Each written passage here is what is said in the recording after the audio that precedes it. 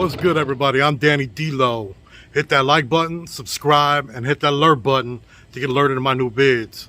This is how to ride in a pack, and we're going to get into that right after this. What's good, everybody? I'm Danny D-Lo. Hit that like button, subscribe, and hit that notification bell. Growing up in the city of Chicago on the west side, there were three things that always stood out to me. Cool cars, cool motorcycles, and motorcycle clubs. I remember it so clear, growing up as a shorty on the west side, back in the 80s and the 90s, watching the Hell's Henchmen, the Outlaws roll through town. Man, it was a sight to see. So the whole time, the only things that always stood out to me was motorcycles. I loved them.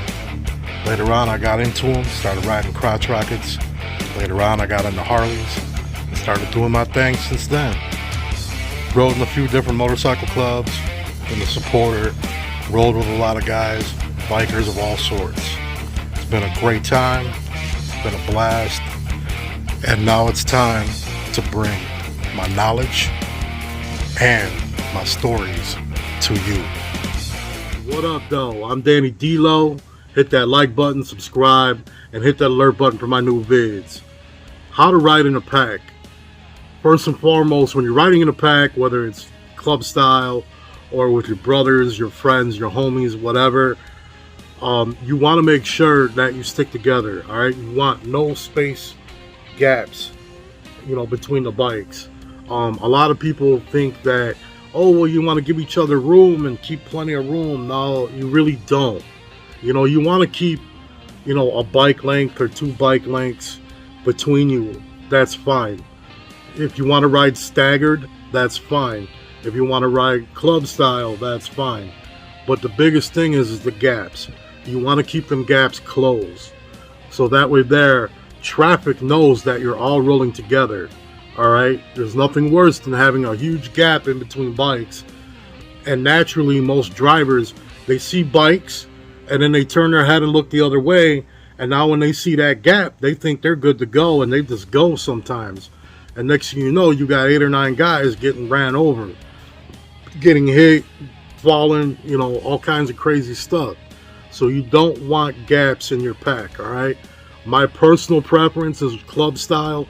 You ride side by side next to your brother, next to your partner, and you keep perfectly in line, and you go. And then you got the other two behind, the other two behind, the other two behind, no matter, how many guys you got with you. The other point of this video is how to ride in a pack. All right, when you're the first guy, when you're the lead guy, and you're first up in front, and you're leading the pack, it is your job to make sure that when you're turning, to make sure that everybody has time to turn with you. All right, there's nothing worse than, there's 8 or 9 of you guys, you're out riding, right? You're out with your homies, you're out with your brothers, you're having a good time. You get to a stoplight or a stop sign, you're making a right or a left, and the 2 front guys just take off. Boom! And then there's cars coming, you know what I'm saying? Now you got a huge gap because you got your 2 homies up front, and now all of you guys are behind, and everybody don't know what's going on. So your job is in the front not only to figure out where everybody's going, figure out the route, and take everybody to, a safe route and everything, but your job is definitely to pay attention and making sure that when you're turning, there's enough room for everyone to turn with you. All right. Now, riding in a pack, one of the big things is, when you pull up the stop signs, when the first guy stop and you guys stop, as soon as that first guy goes, it's time to go. All right. I know cars don't like it, but it is what it is. They can F off. All right. You want to make sure you all take off right away, because like I said, again, that gap, if you leave them gaps in there, people are going to pull out in front of you. Now the pack is all disorganized. You're all over the place. Nobody knows what's going on. It's just as ridiculous, as stupid. Don't do that. Everybody take off at the same time and roll out. All right. Now, the guy in the back of the pack, which if you were in a club, you'd be the sergeant at arms, you'd be an enforcer, or whatever, whatever your club calls that guy. All right. Same goes as when you're riding in a pack with just friends or whatever. You know, if there's 4 or 5 of you, one of your jobs in the back of the pack is watching everybody in front of you, but watching behind you. All right, making sure that cars ain't coming up to cut you guys off.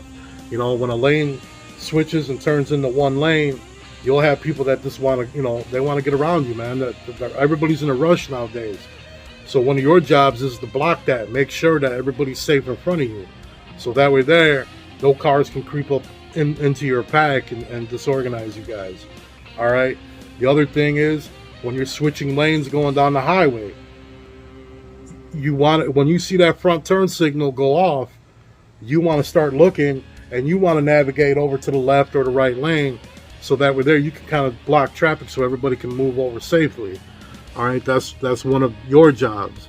And like I said, making sure that nobody jumps up in the middle of you, nobody's cutting you guys off. You know, just paying attention to your surroundings, man. My biggest thing, like the way I was taught by club guys, by you know, 1%er dudes, before I was even in the club life, in the club world. I was always taught, you know, you don't really look ahead of you.